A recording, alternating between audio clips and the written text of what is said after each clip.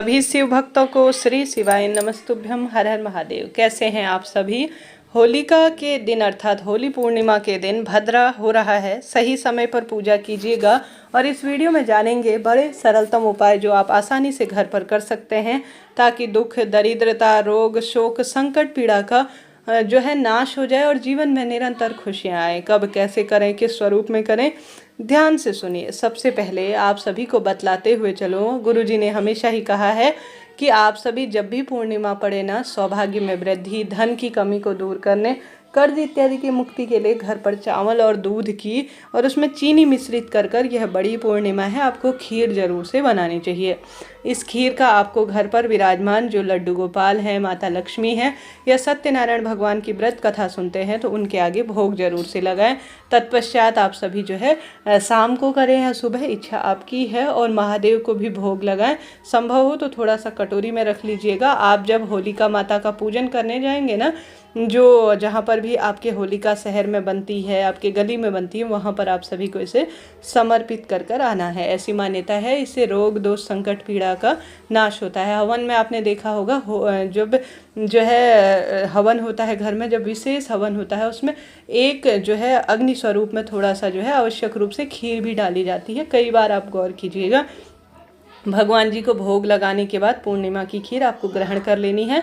रोग, संकट, कष्ट मिट जाए, यह प्रार्थना करते हुए अब आप सभी यह जरूर से जान लीजिए कि होलिका में भद्रा कब से लगने जा रही है। तो ऐसे में 24 मार्च के दिन जब होलिका दहन होगा, उसी दिन जो है भद्रा सुबह के समय से 9:24 से शुरू होगी और 10 रात्रि को 27 के आसपास समाप्त होगी। ऐसे में रात्रि को ही इस साल होली का दहन किया जाएगा। आप सभी इन चीज़ों को नोट करते हुए चलिएगा।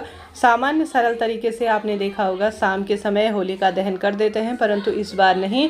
24 मार्च को भद्रा होने वाली है। ऐसी स्थिति में आप सभी नियम के तहत विशेष जो है इन चीज़ों का ध्यान रखें कि रात्रि 10:27 के बाद ही होली का दहन होगी।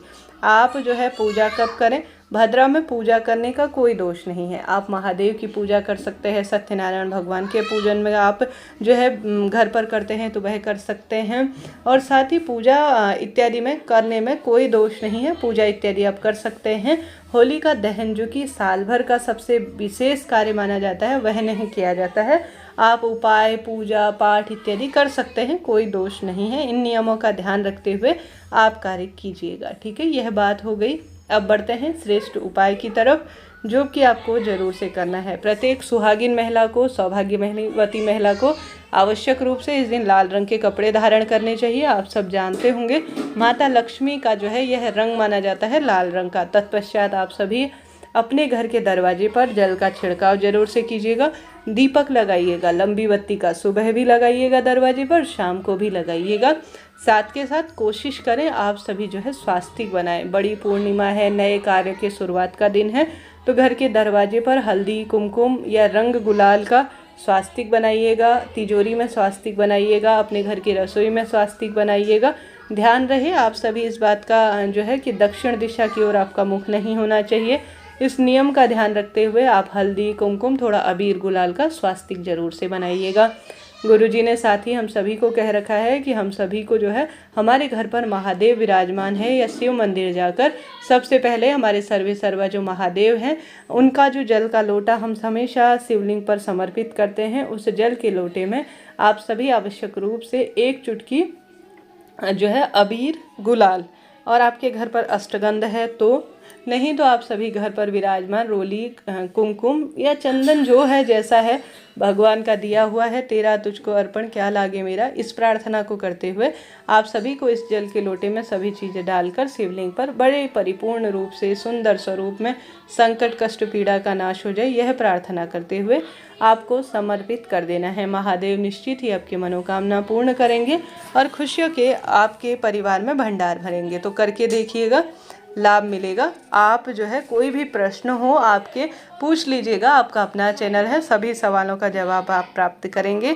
और साथ ही कमेंट्स में मंत्रों का दान करते हुए हर हर महादेव, श्री शिवाय नमस्तुभ्यम लिखना ना भूलें। इसके साथ ही बढ़ते हैं सर्वश्रेष्ठ कार्य की तरफ, सर्वश्रेष्ठ उपाय की तरफ।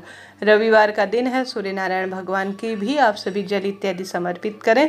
साथ के साथ आप सभी को आवश्यक रूप से कोशिश करना है कि आपके घर पर जो शाम को चंद्र देवता आपको दर्शन देंगे, तो एक जल का लोटा लेना, उसमें थोड़ा सा कच्चा दूध डालना, एक दाना चावल का डालना और एक सफ़ेद फूल डालना। ओम सोम सोमाय नमः या ओम चंद्र देवाय नमो नमः कहते हुए चंद्र देवता को अर्घ आपको जरूर से देना है। यह कार्य कर लिया, बढ़ते हैं गेहूं के उपाय की तरफ। इससे पहले चैनल पर बहुत श्रेष्ठ उपाय बताए गए हैं, जो आप चलते फिरते साल भर में एक बार उन्हें कर लेते हैं तो निश्चित ही जो परेशानियां चल रही हैं उसका निदान होता है, संकट कष्ट पीड़ा का नाश होता है। उन वीडियो को देखकर अपना जीवन सार्थक करें।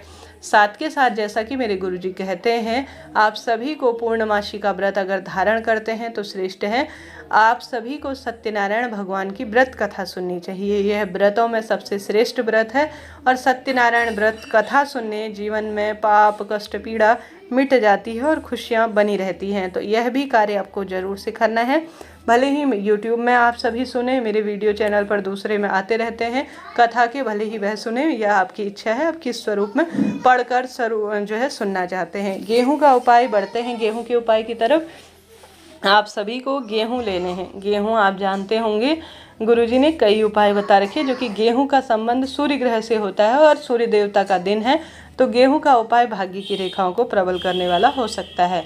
अगर आपके यहाँ होलिका दहन होता है तो वहाँ पर करें, नहीं होता है, रात्रि हो जाती है तो कोई दिक्कत नहीं, घर के मंदिर में शिवलिंग विराजमान है या महादेव के मंदिर में शिवलिंग विराजमान, जहाँ पर भी है, कहने का अर्थ है जैसी सुविधा हो, जैसा समय हो, उस अनुसार कार्य किया जाए तो ज़्यादा फलों की प्राप्ति होती है। यह गेहूं के दानों का उपाय रोग संकट पीड़ा का नाश करेगा। आपके घर पर, आपके पूजा के स्थल पर कहीं पर भी गेहूं की बालियां आपको प्राप्त हो जाती हैं तो गेहूं की बाली ले लीजिएगा, नहीं तो गेहूं के दाने भी ले सकते हैं। गेहूं के दाने या गेहूं की बाली की संख्या आपको 7 रखनी है। कितनी रखनी है? 7 की संख्या में रखनी है। जहां होलिका दहन हो वहां पर भी आप इसे समर्पित कर सकते हैं। घर पर शिवलिंग है तो वहाँ पर भी आप सभी समर्पित कर सकते हैं। अपने हाथ की हथेली में गेहूं के दाने ले लीजिए या गेहूं ले लीजिए, जैसे भी जिस स्वरूप में भी है, अपने घर में पूरे उसे घुमा लीजिएगा। ठीक है, गेहूं के दाने घुमा लीजिए। गेहूं की बाली भी ले सकते हैं। नरसिंह भगवान का स्मरण करें, क्योंकि इसी दिन जो है उन्होंने जन्म लिया था, जो कि श्री हरि विष्णु के अवतार माने जाते हैं। हिरण्यकश्यप का वध करने के लिए उन्होंने यह स्वरूप लिया था। तो आप सभी को हिरण्यकश्यप जो है, जो अधर्म पर धर्म की विजय के स्वरूप में है, आप सभी नरसिंह भगवान का स्मरण करें। अपने हाथ में गेहूं के दाने लें, पूरे घर में उन गेहूं के दानों को घुमाएं, घर के सभी सदस्यों का स्पर्श करें और श्री शिवाय नमस्तुभ्यम महामंत्र का जाप कर कर या तो होली की अग्नि में इसे डाल दें, या आप सभी इस बात का ध्यान रखें कि घर पर जो विराजमान शिवलिंग है या मंदिर में जो शिवलिंग है वहाँ पर भी आप सभी इन्हें समर्पित कर सकते हैं। इनमें रोग संकट कष्ट पीड़ा का निदान होगा।